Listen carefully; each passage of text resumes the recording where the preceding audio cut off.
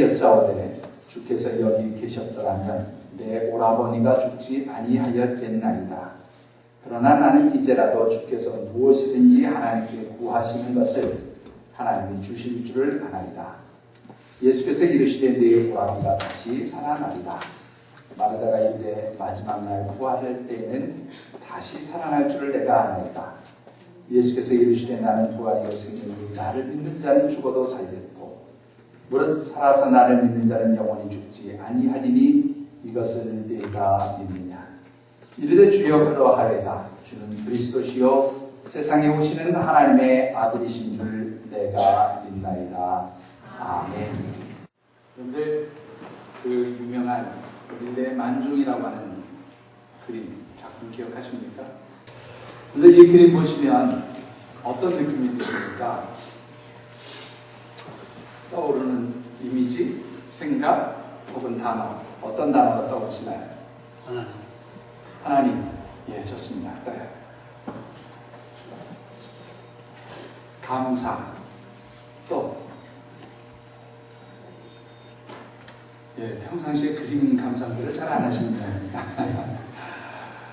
어떤 느낌이 드시죠? 평화롭다는 느낌도 들고 감사를 보여주는 그림이기도 하고요. 또 하루의 고된 일과를 마친 농부 부부가 하나님께서 주신 은혜들을 감사하면서 교회 종소리를 들으면서 하나님 앞에 기도하는 그런 어떤 굉장히 낭만적이고 또 전원적인 혹은 목가적인 어떤 그런 느낌을 주는 그림이라고 그렇게 생각합니다. 근데 여러분들 실상 이 그림은 그렇게 낭만적이고 목가적인 그림이 아니라는 사실을 아시는지요? 원래 이 그림은 굉장히 슬픈 사연을 담고 있는 그림입니다. 그런데 이 농부 부부의 발 앞에 한 바구니가 놓여져 있죠. 보통 시감자 바구니라고 그렇게 되어 있는데요. 원래 처음 이 그림이 그려졌을 때는 그 시감자 바구니가 있는 그 발 앞에 이 농부의 어린 아이가 죽은 시신이 담겨진 관이 놓여져 있었다고 그래요. 그 시골에서 어렵게 이제 흔히 말하는 춘궁기로 겪으면서 아이가 굶주려서 죽은 그러한 상황에서 이제 이 아이를 이제 땅에 묻기 위해서 부모가 그 아이의 시신을 놓고 마지막으로 하나님의 평강과 위로를 간구하면서 기도하는 바로 그 장면을 밀레가 보고 그린 것이라고 합니다. 근데 그 장면을 이제 그 그림을 본 목사님이 너무 충격적이었고 가슴 아픈 그런 생각에서 조언을 했다고 그래요. 너무 충격적이다. 아이의 시신 대신 다른 것을 좀 바꾸면 어떻겠느냐. 그래서 그 시감자가 담긴 감자의 바구니를 그려 넣었다라고 하는 것입니다. 자, 어찌되었든 이 그림을 통해서 보여주는 느낌은 굉장히 평화롭다는 느낌이에요. 감사하다는 느낌이에요. 근데 원래의 그 그림의 이미지들을 생각해 본다면 사실은 깊은 고난과 슬픔 속에서 하나님의 위로와 또 하나님의 축복을 간구하는 하나님의 평강을 간구하는 이 부부의 모습을 보면 그야말로 하나님 중심으로 살아가는 가정의 행복함이 어디에 있는가를 아주 잘 보여주고 있는 그런 그림이 아닌가 생각합니다. 5월에 함께 묵상하는 말씀의 주제. 자, 오늘 마지막 말씀 주제 이제 다 외우셨지요? 자, 우리 같이 한번 5월에 묵상하는 말씀의 주제 같이 한번 읽어보실까요? 컨닝하시지 말고. 자, 우리 같이 한번 읽어보실까요? 시작. 예, 하나님께서 축복하시는 삶이 행복한 가정들에는 정말로 특별한 향기가 있다. 그래서 첫 번째, 우리 자녀들을 축복하는 어린이 주일에는 우리의 자녀들이 하나님께 축복받기 위해서는 말씀의 향기가 있을 때, 말씀 안에서 자랄 때 그 자녀들이 행복한 자녀, 축복받는 자녀가 될 수 있다고 말씀드렸습니다. 어버이 주일에는 부모님께 효도하는 자녀들에게 하나님 주시는 축복의 향기가 넘쳐남을 말씀드렸고요. 지난주일 부부주일에는 정말로 하나님 축복하시고 사랑하시는 행복한 가정, 행복한 부부에게는 사랑과 섬김의 향기가 있다. 그렇게 말씀을 드렸습니다. 오늘 그 마지막, 하나님 축복하시는 행복한 가정에는 믿음의 향기가 있음을 말씀드리고 싶습니다. 오늘 우리가 함께 봉독한 하나님의 말씀은 너무나 우리가 익숙하게 잘 아는 말씀 가운데 한 부분입니다. 여러분들이 잘 아는 나사로를 다시 살려주신 그러한 이야기입니다. 오늘 이 말씀 가운데는 어떠한 고난, 어떠한 환경, 어떠한 상황 속에서도 절대적인 하나님께 대한 믿음을 가진 사람들에게 하나님이 어떤 은혜를 주시는지, 어떤 축복을 주시는지를 아주 잘 기록해 놓고 있는 말씀입니다. 특별히 주신 말씀을 묵상하는 가운데 오늘 사랑하는 우리 하나님의 백성들, 하나님의 가정들이 끝까지 하나님 바라보고 의지하는 믿음 안에서 참으로 하나님이 축복하시는 행복한 가정을 세우시게 되기를 주의 이름으로 축원합니다.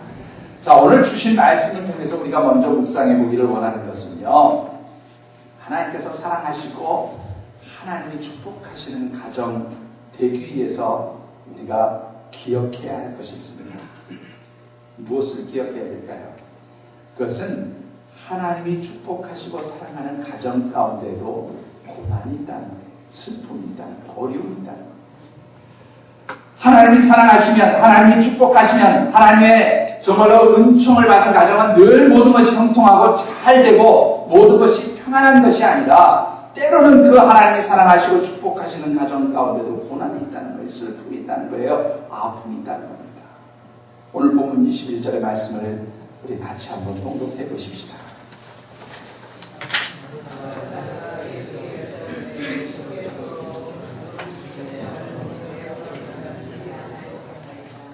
아멘. 여러분 오늘 이 말씀 보시면 이 가정 가운데 한 슬픔이 있었음을 보게 됩니다. 어떤 슬픔이에요? 예? 오빠가 죽은 그런 아픈 슬픔이 있었다는 겁니다. 이 말씀 여러분들이 잘 아시겠지만 예루살렘에서 서남쪽으로 한 2km 정도 떨어진 곳에 베단이라고 하는 아주 작은 마을이 있었습니다. 아마 성경학자들에 따르면 이 베단이라고 하는 마을은 아마 좀 힘들고 어려운, 경제적으로 그렇게 좀 약자인 사람들이 모여서 살았던 그런 조그마한 마을이었던 것 같습니다. 이 마을 가운데 아마 일찍 부모님을 열고 오빠와 두 여동생이 함께 사는 그런 가정이 있었던 것 같습니다.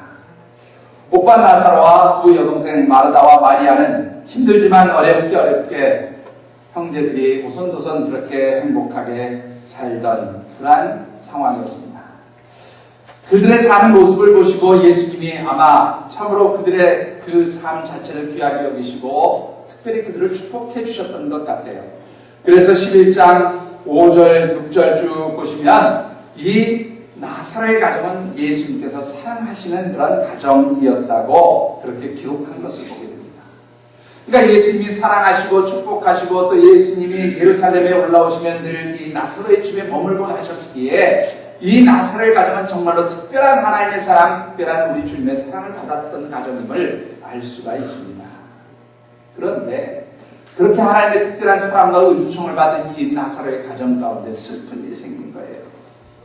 어느 날 가정에 그 가장 역할을 하던 오빠가 병이 들게 된 겁니다. 문제는 이 병을 아마 누구도 고칠 수가 없었던 것 같아요. 그래서 두 누이 동생이 이 베단으로부터 한 하루길 정도 떨어져 있는 곳에 예수님이 계시다는 소식을 듣고 사람을 보냈어요. 예수님 사랑하시는 오빠 나사로가 지금 병이 들어 있습니다. 속히 오셔서 예수님 우리 오빠를 좀 고쳐주세요 라고 그렇게 요청을 한 겁니다. 자, 그런데 여러분들 11장 6절 한번 보세요. 11장 6절을 좀 같이 한번 보실까요? 같이 공부합니다.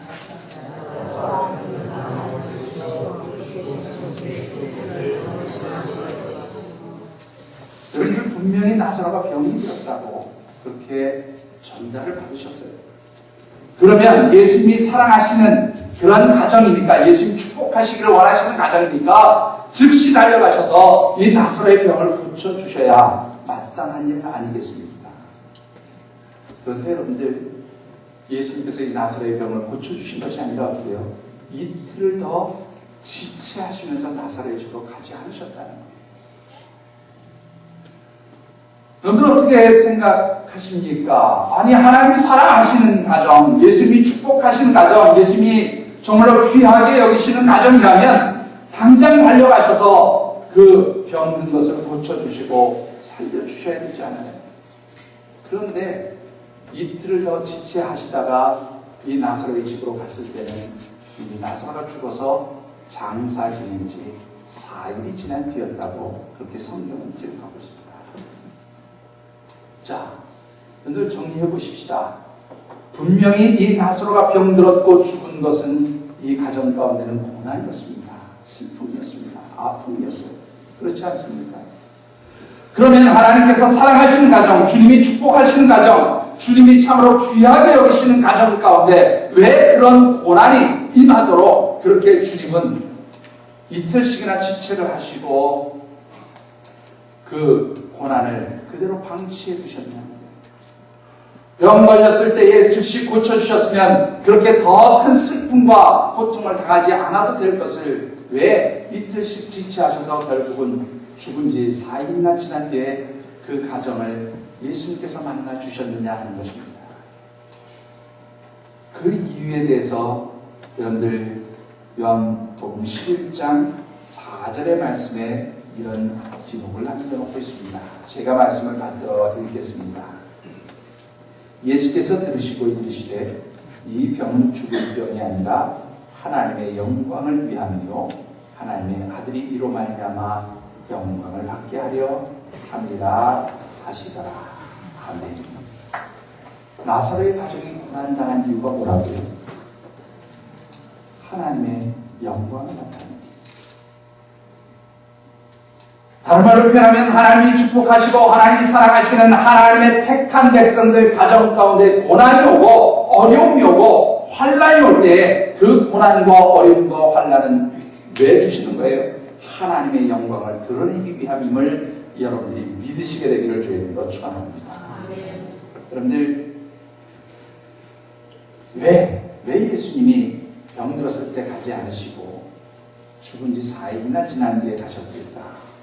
한번 생각해 보십시다. 여러분들 예수님께서 만약에 즉시 달려가셔서 나사로의 병을 고쳐주셨다고 가정해 보십시다. 그게 소문이 나면 사람들이 뭐라 했을까요? 어떤 소문이 났을까요?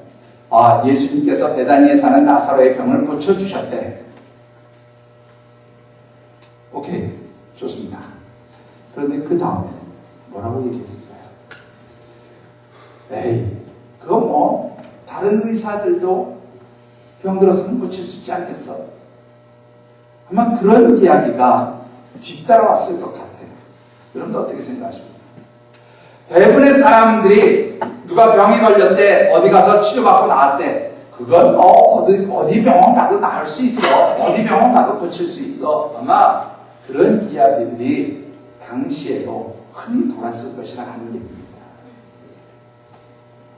그런데 예수께서 찾아가신 것은 이미 죽은 지 4일이나 지난 뒤였어요. 여러분들 이스라엘 백성들은 보통 죽은 자의 영혼이 3일 동안은 이 죽은 자의 곁에 가까이 있다고 생각을 했습니다. 그런데 이 3일 동안 그 영혼이 몸으로 다시 돌아오지 않으면 그 다음에 어떻게 해요? 정말로 영혼이 죽는 거예요. 그러니까 3일이 지나면 그 다음부터는 뭐예요? 누구도 다시 살릴 수 없다라고 생각하는 것이 이스라엘 백성들이 가지고 있던 전통적인 관념이었어요. 자, 그러면 예수님께서 나사로를 살리러 가신 날이 며칠 되었다고요? 4일이 지난 뒤였어요. 그러니까 지금 이 나사로의 상황은 누구도 살릴 수 없는 상황, 누구도 회복시킬 수 없는 상황.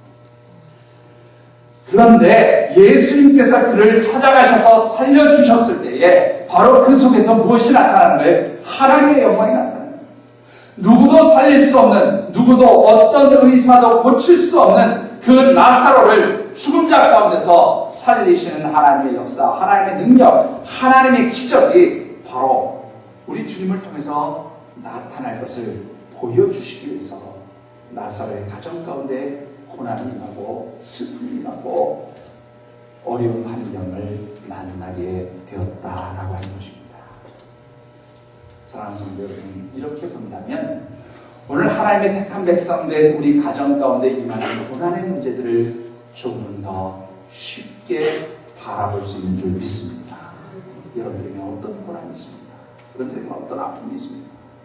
여러분들에게는 어떤 눈물을 흘리는 그러한 문제들이 있습니까? 바로 그 문제들은 바로 하나님께서 우리의 가정을 통해서 하나님의 영광을 드러내기 위한 하나님의 오묘한 뜻과 섭리가 담겨져 있는 고난인 줄 믿습니다. 그런 믿음으로 여러분들의 가정이 정말로 주 안에서 든든히 세워지는 그러한 축복의 가정 되어지시기를 주의 이름으로 축원합니다. 자, 그렇다면 우리에게 있는 이 고난의 문제들 어떻게 하면 해결할 수 있을까요? 이 고난 속에서 어떻게 하면 하나님의 영광을 드러내며 살 수 있을까요? 오늘 본문 22절의 말씀을 같이 한번 봉독해 보십시다. 22절입니다.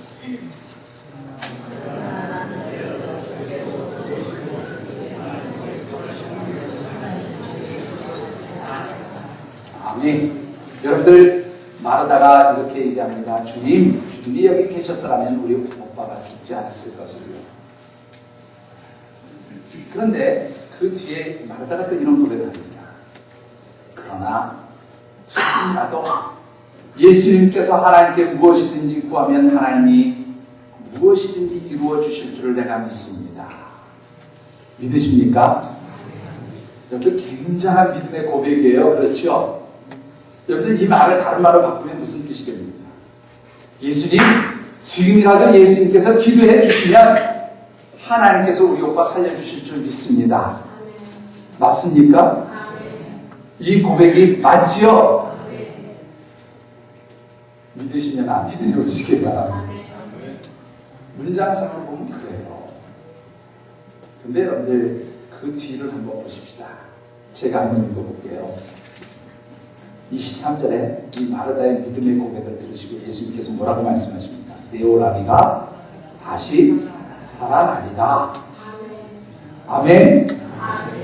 근데 그 다음 구절을 또 한번 읽어보세요. 여러분들이 읽어보세요. 24절.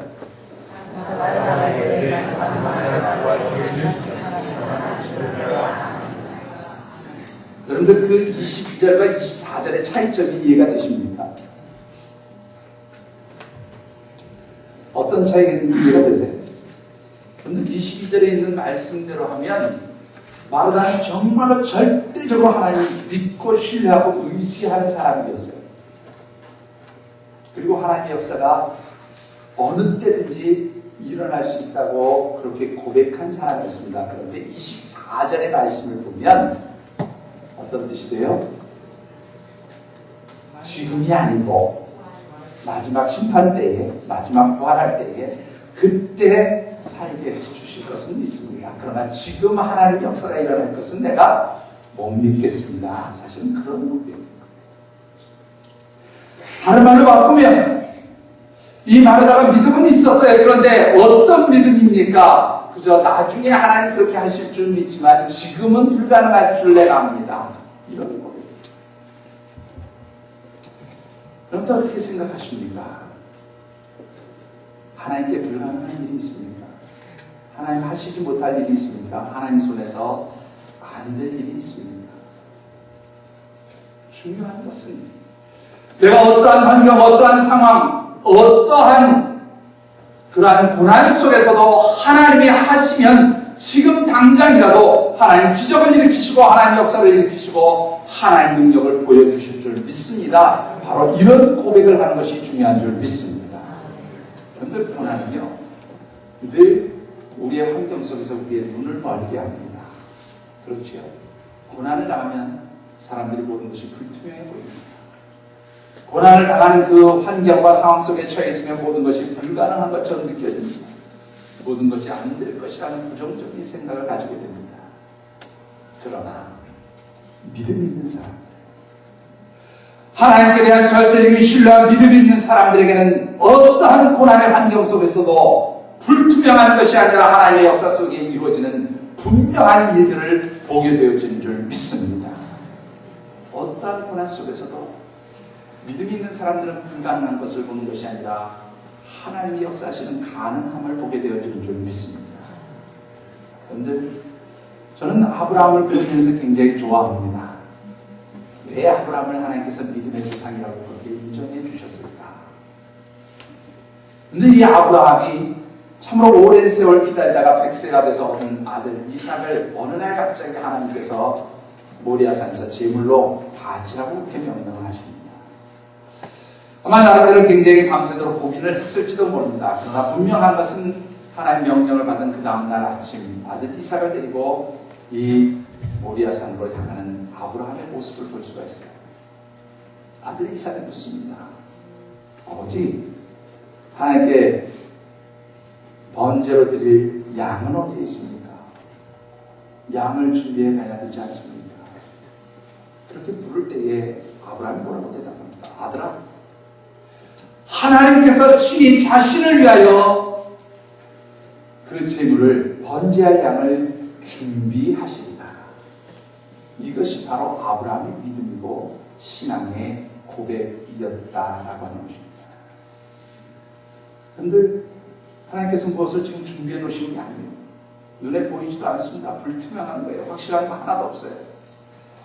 그 모리아산에 올라가서 아들을 죽여야 하는 그러한 상황입니다. 그런데 이 아브라함의 믿음 속에는 뭐가 있어요? 분명히 하나님께서 필요한 제물을 준비해 두셨을 것이다. 이것을 고백하는 것, 바로 이것이 아브라함의 믿음이었습니다. 참으로 놀라운 것은 그 모리아산에 가서 아들을 제물로 바치려고 할 때에 하나님께서 그의 손을 중지시키시고 아브라함의 믿음대로 하나님이 번제들을 양을 준비해 놓으셨어요. 그리고 뭐라고 말씀하십니까? 내가 다시는 더 이상 너를 시험하지 않겠다. 그리고 그를 축복하십니다. 내 자녀와 내 후손들이 복을 받을 것이다. 너를 대적하는 자들의 문을 내가 취할 것이다. 한마디로 경쟁하는 자들이 이제는 없게 될 것이다. 그리고 너를 복을 될 것이다.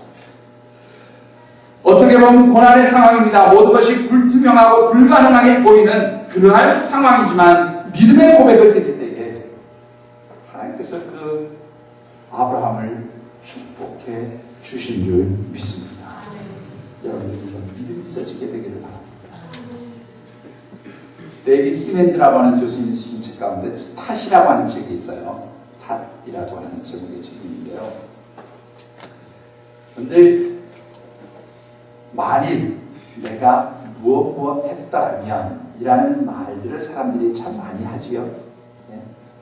만일 우리 부모가 돈이 많은 부자였다면, 혹은 만일 내 아내가 조금 더 똑똑한 무슨 직장 생활하는 여자였다면, 또 혹은 내 남편이 무슨 능력이 있어서 무슨 대기업에 근무하는 그런 사람이었다면, 이런 만일 무엇 했더라면 이라고 하는 말을 많이 하는 사람들을 이야기하면서 이 사람들의 특징이 뭐냐면 남 탓을 한다는 거예요. 남 탓을 한다.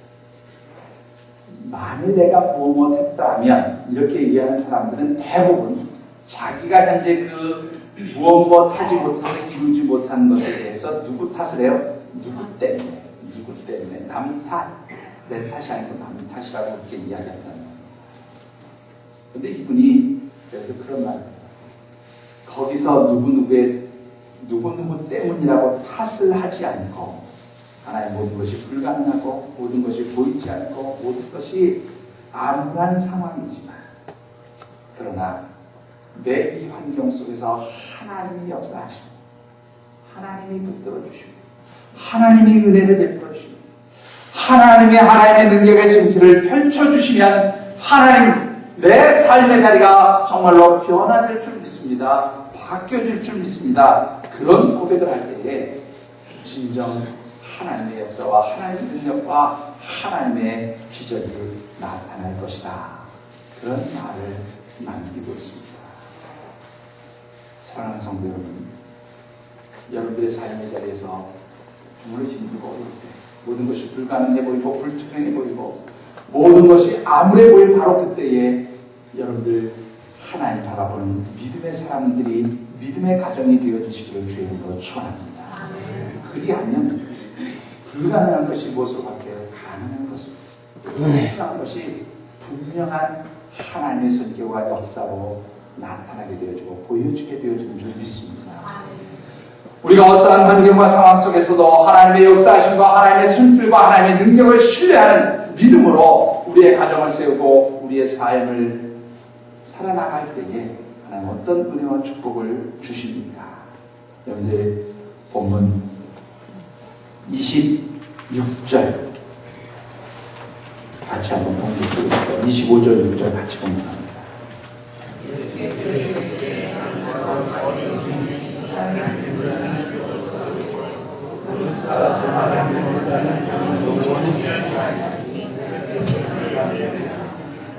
아멘.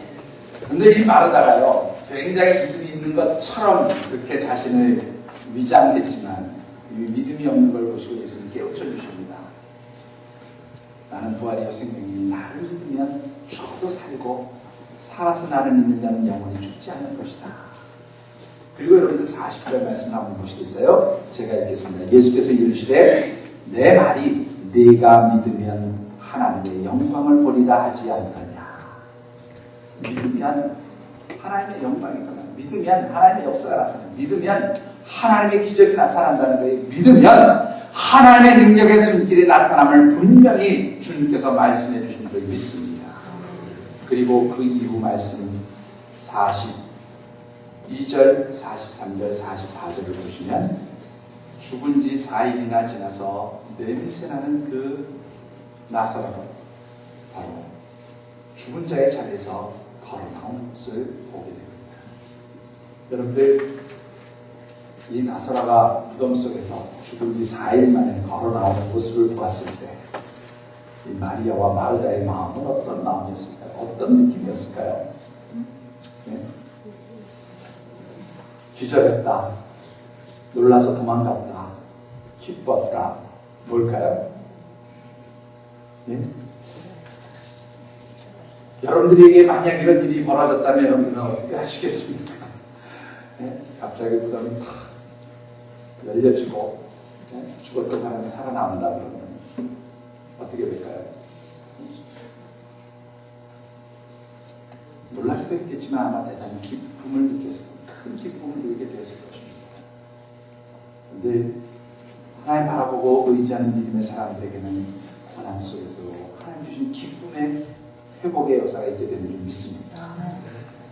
하나님 주시는 기적의 역사, 하나님 주시는 능력의 역사 속에서 모든 것이 불가능하다고, 모든 것이 안 된다고, 모든 것이 불투명하다고 바로 얘기하는 바로 그때에 하나님을 바라보고 믿고 의지하는 자들에게는 불가능이 가능한 것을, 불투명한 것이 분명한 것으로, 또 안 된다고 하는 것이 하나님의 손길에서 기적의 역사로, 능력의 역사로 그렇게 나타나게 되어질 줄 믿습니다. 임복희 씨의 간증 하나를 소개하면서 오늘의 말씀을 맺고 싶습니다. 가수 임복희 씨가 뮤지컬 캐치라고 하는 그 공연을 출연하게 되었다고요. 이제 내일이면 공연하는 바로 그 전날 리허설 공연을 하다가 마지막 최종 연습을 하다가 갑자기 쓰러진 거예요. 증상이 어떤 증상이었는가 하면 다리에 힘이 완전히 빠지더니 손 마디마디에서 움직일 수도 없을 정도로 힘이 빠지더라는 거죠. 그리고 오른쪽 귀에 소리가 들리지 않기 시작하고 허리 아래가 완전히 마비되면서 걸을 수도 없는 그런 상황에 놓여진 겁니다. 깜짝 놀란 스태프들과 같이 있던 분들이 이 임복희 씨를 병원으로 옮기게 되었겠지요. 병원에서 정밀한 검사를 쭉 하다 보니까 86년도에 그 피터팬 공연을 하다가 그 무대의 한 3층 높이에다가 그렇게 배를 피터팬 나오는 이제 배를 이렇게 세트해 놓은 그 나무판이 있었는데 그만 그 배 갑판이 무너지면서 이 임복희 씨가 깔린 적이 있었대요. 그래가지고 당시에 이 척추하고 목뼈를 사실은 상하게 되었는데 뭐 크게 이상이 없으니까 그냥 뭐 활동하고 움직이고 이러다 보니까 그게 점점 누적이 되면서 완전히 이제 신경을 부리게 되고 움직이지 못하게 되는 그런 상황까지 오게 됩니다. 병원에서 의사 선생님이 하는 말이 임복희 씨 내일 공연 포기하세요. 이거 공연 나가면 당신 뭐 이제는 그냥 몸을 쓰지 못하는 그런 아주 그런 어려움을 당하게 될 겁니다. 심지어는 죽을 수도 있습니다. 뭐 이렇게까지 이제 얘기를 했다는 거죠. 그래서 중요한 것은 이 윤복희 씨 하면은 그 출연할 때 무게감이 있잖아요. 다행히 역할은 그 아주 늙고 그 몸이 상한 그런 이제 장애를 가진 어떤 그런 늙은 고양이 역할을 하는 것이기 때문에 움직임은 없지만 굉장히 중요한 역할이니까 빠질 수가 없으니까 의사가 뭐라고 하든지 이제 난 출연한다. 그리고 집으로 돌아온 거죠. 그래서 집에서도 이제 마지막 연습을 하는 거예요. 자기 나름대로 연습을 하는데 너무너무 통증이 오고 아프니까 하나님 그렇게 기도했대. 하나님, 내가 죽더라도 내가 하나님 이 공연을 하다가 다시 쓰러져서 죽더라도 하나님 믿고 의지해서 이 공연에 나가기로 합니다. 하나님 나를 만져주세요. 하나님 나를 붙들어주세요. 하나님 나를 회복시켜주세요. 그렇게 기도하다가 이 통증이 너무 심하니까 그냥 기절을 해버리고 마는 겁니다. 그런데 그렇게 기절해 있다가 새벽녘쯤 돼서 굉장히 밝은 빛을 보면서 깨어났다고 해요. 근데 그 빛을 보면서 깨어난 순간 갑자기 목이 마르다. 목이 이제 탄다. 그래서 벌떡 일어나가지고 식탁에 누워있던 주전자에서 물을 따라 마신 거예요. 근데 여러분들 자기 혼자서 잘 움직이지도 못한 사람이 갑자기 일어나서 물을 따라 마시는 것을 자기도 모르게 한 거예요. 그런데 그 순간에 갑자기 온몸이 전기가 그렇게 찌릿찌릿하면서 몸이 뜨거워지더니 움직일 수 없었던 몸이 자연스럽게 회복되고 또 고침을 받게 되는 그런 체험을 경험했다. 그런 간증을 한 적이 있습니다. 오늘 이분이 그런 얘기예요. 믿고 구하니까 불가능함이 없습니다. 믿고 구하니까 안 되는 일이 없더라고요. 바로 이것이 윤복희 씨의 고백이었습니다. 여러분 어떻게 생각하십니까? 빌립보서에 보면 내게 능력 주시는 자 안에서 내가 모든 것을 할 수 있다고 분명히 사도 바울이 우리에게 가르쳐줍니다. 오늘 우리의 가정이 아무리 힘들고 어려운 환경 속에 있을지라도 하나님 바라보는 절대적인 믿음 안에서 하나님의 은혜와 도우심을 간구하면 하나님께서 우리의 가정을 분명히 회복시키시고 하나님께서 우리의 가정을 통해서 하나님의 영광이 드러나게 하시며 우리의 가정을 통해서 하나님 역사하시는 기적의 손길을 보여주실 줄 믿습니다. 이 귀한 믿음을 가지시고 여러분들의 가정에 하나님의 축복과 은혜 안에 있는 복된 역사를 이루시게 되기를 주의 이름으로 축원합니다. 기도하겠습니다.